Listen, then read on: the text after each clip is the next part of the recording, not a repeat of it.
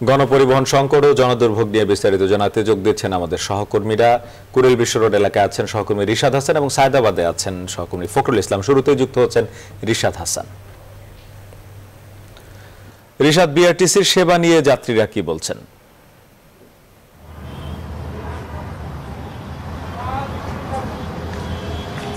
জাহেদ, আপনাকে অসংখ্য ধন্যবাদ। আমি ঠিক এই মুহূর্তে কুড়িল বিশ্ব রোড এলাকায় যে বাসে বসে আছি, সেই বাসটি বিআরটিসির একটি অচল বাস। কিছুক্ষণ আগে অর্থাৎ আজকে দিনের বেলায় এই বাসটি নষ্ট হয়েছে এবং সেই বাসটিকে এখনো পর্যন্ত নিয়ে যাবার মতো কোনো লোক এখনো পর্যন্ত পাওয়া যায়নি। আমরা এখানকার যারা কর্মকর্তা বা অন্যান্য কর্মচারী যারা আছে, কাউন্টারের লোকজন, তাদের সাথে দু একজনের সাথে কথা বলেছিলাম। এখানে যদিও এই রুটে আসলে যাত্রীদের তেমন একটি দুর্ভোগ নেই, কারণ প্রয়োজনের তুলনায় বাসের সংখ্যা অনেকটা বেশিই আছে, কিন্তু তারপরেও এই বাস বিভিন্ন জায়গায় নষ্ট হয়ে যাওয়া এবং অচল বাসগুলো নিয়ে কিন্তু সবসময় বিপাকে পড়ছেন তারা।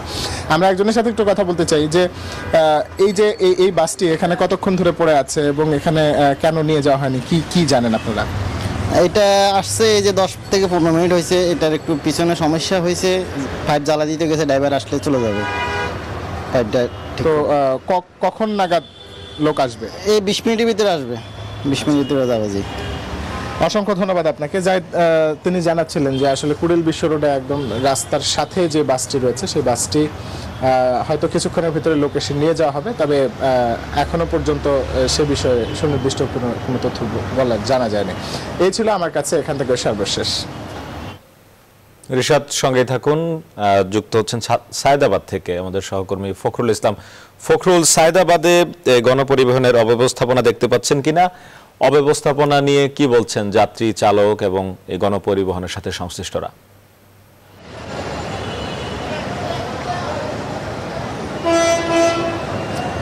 ধন্যবাদ আপনাকে। আমরা গতকাল আসলে গণপরিবহনের যে রুট ব্যবস্থাপনা সেটি নিয়ে আমরা কথা বলছিলাম এবং আপনি জানেন যে রাজধানীর যে এত সংখ্যক রুট এবং এতগুলো কোম্পানি, এবং এরপরে আজকে কিন্তু আমরা যে বিআরটিসির যে পরিবহন ব্যবস্থা, পাশাপাশি অব্যবস্থাপনাগুলো রয়েছে, ফিটনেসবিহীন গাড়ি রয়েছে, সেগুলো নিয়ে আমরা কাজ করছি এবং আমরা আজকে সারাদিনই কিন্তু সড়কে বিভিন্ন গাড়িগুলো আমরা দেখছিলাম এবং পাশাপাশি হচ্ছে এখানকার যে দায়িত্বে রয়েছেন পুলিশের ট্রাফিক বিভাগের সদস্যরা, তাদের সাথে কথা বলছিলাম।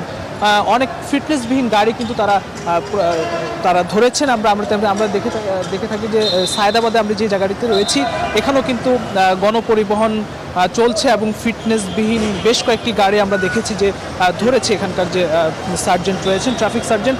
আমরা একটু দেখব, বেশ কয়েকটি গাড়ি কিন্তু তারা অভিযান চালাচ্ছে এবং ধরছে। আমাদের সংবাদকর্মীদের উপস্থিতির পরপরই আমরা দেখছি যে এই অভিযানটি তারা চালাচ্ছে। তো আমরা একটু সরাসরি যেতে চাই, যে একটু কথা বলবো যিনি রয়েছেন অনেকক্ষণ ধরে দায়িত্বে রয়েছেন।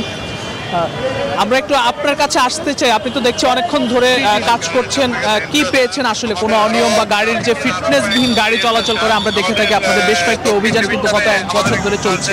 কতগুলো গাড়ি পেয়েছেন? Thank you very much. আমার ডিউটি 2:30 থেকে শুরু হয়েছে। আমরা তখন থেকেই ফিটনেসবিহীন যে গাড়িগুলো আছে বা রুট পারমিট নাই বা যাদের গেট খোলা অবস্থায় আছে, তাদেরকে আমরা আইনের আওতায় আনতেছি। আর আমাদের সিনিয়র স্যারদের দিক নির্দেশনায় আপনি ফিটনেসবিহীন কয়টা গাড়ি পেয়েছেন? আমি এই পর্যন্ত একটা পেয়েছি, ওটাকে আমি ডাম্পিং বাড়াইছি। আরেকটা আমি সিগন্যাল দিলাম, দেখি কি অবস্থায় এখন কি আছে। একটু ড্রাইভারের সাথে কথা বলি, এই গাড়ির কি সমস্যা আছে? আচ্ছা, আমি একটু এখন দেখতেছি, দেখি কে গাড়ি। এই আপনার একটু কাগজ দেন তো গাড়ি। আপনার গাড়ির কি হ্যাঁ স্যার, ইয়েস, ফিটনেস আছে, সার্টিফিকেট, লাইসেন্স ঠিক আছে? হ্যাঁ, সব কিছু ওকে স্যার, সব কিছু ওকে। আসলে জায়েদ, এখানে আমরা দেখে থাকি যে পুলিশের কিন্তু গত 1 বছর ধরে যে নিরাপদ সড়কের দাবিতে যে আন্দোলন হয়েছিল, তখন থেকে আসলে পুলিশের পক্ষ থেকে জোরালো অভিযান হয়েছে এবং অসংখ্য গাড়ি কিন্তু ধরা হয়েছে, ফিটনেসবিহীন গাড়ি, এবং যেসব চালকদের লাইসেন্স নেই, সেসব যারা স্বল্প লাইসেন্স দিয়ে যারা ভারী গাড়ি চালাচ্ছেন, এই ধরনের চালকও কিন্তু ধরা হয়েছে এবং সে অভিযান কিন্তু এবারও কিন্তু হয়েছে নির্বাচনের পরপরই, এবং সেটি কিন্তু আপনি দেখে থাকবেন যে।